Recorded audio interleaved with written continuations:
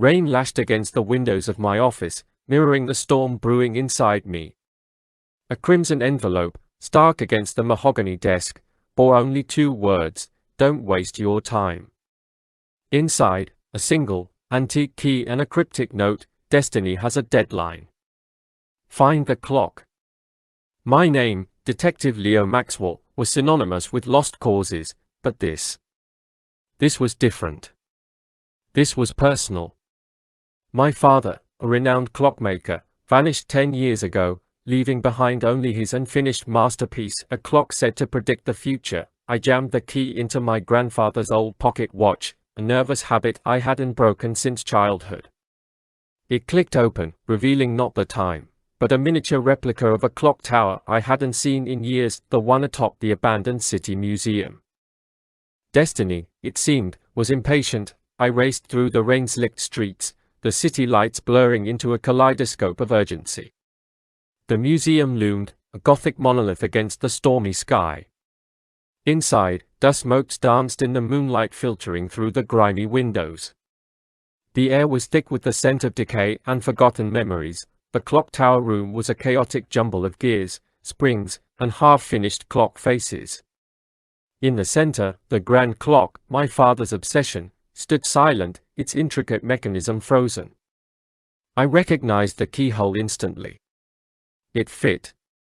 With a click, the clock sprang to life. The hands spun wildly, then stopped, pointing to a date: tomorrow at noon.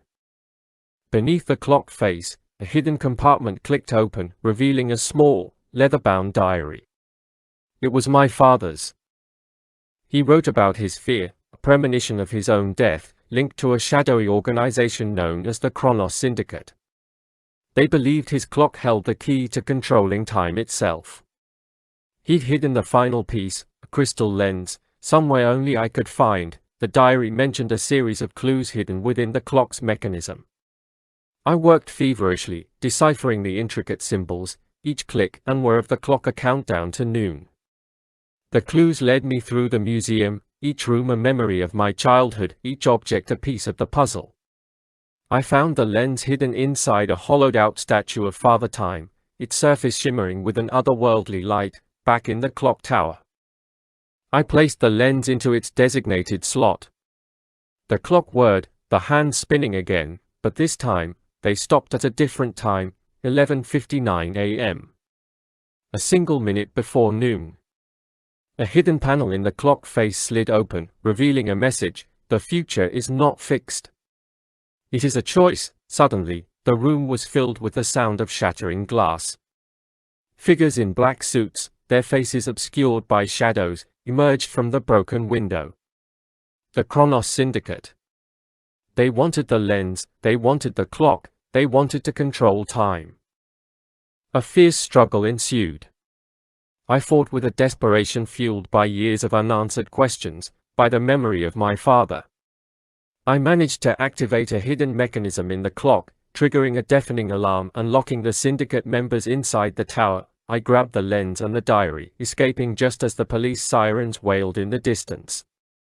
I had the answers, I had the truth. But the biggest shock was yet to come. Reading my father's diary, I discovered the truth about his disappearance. He hadn't been killed by the syndicate. He had faked his own death.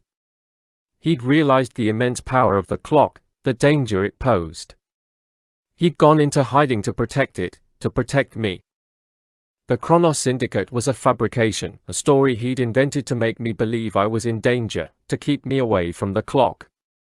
The "don't waste your time" message wasn't a threat, it was a plea. A plea to live my life, to not get consumed by the obsession that had consumed him. The twist? The real destiny wasn't about controlling time. It was about choosing how to spend it.